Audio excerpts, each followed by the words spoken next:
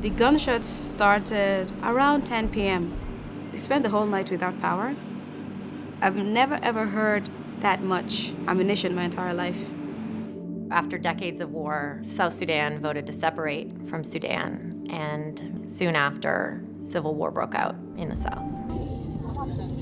Tens of thousands of people have died.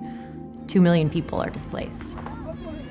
Women are devastated, and they are the top loser of any conflict.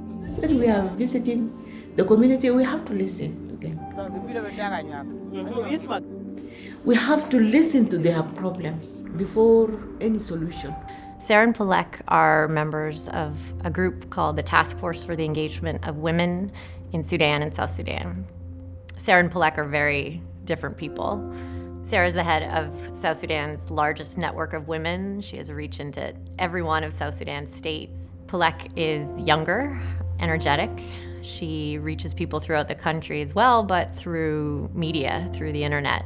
And remarkably together, they have a very clear common purpose. And that's to ensure that the voices and the priorities of the people are heard by the most powerful. Nobody is interested in what the community thinks, how the women are affected, or how to restore these people's lives. We bring the task force to Ethiopia because it's the home of the African Union, and it's also where South Sudan's warring parties meet to hold peace talks and decide the future of their country. The language of the peace agreement is very heavy on reconciliation and healing and very light on justice and accountability.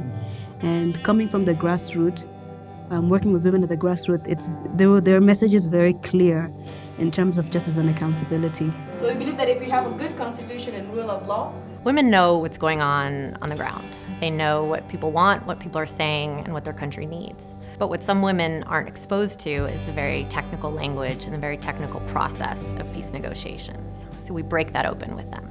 What we do is ensure that their very powerful voices are heard at the highest and often very exclusive levels of decision-making. It's very rare for there to be any connection at all between the highest levels of power and the people. And the task force is that connection. I'm not a fortune teller, but I know that the job that I'm doing now is preparing me for something, and I'm open for whatever it is that's coming my way. Sarah and Palek are like women we work with around the world.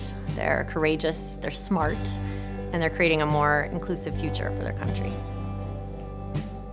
And that's awesome.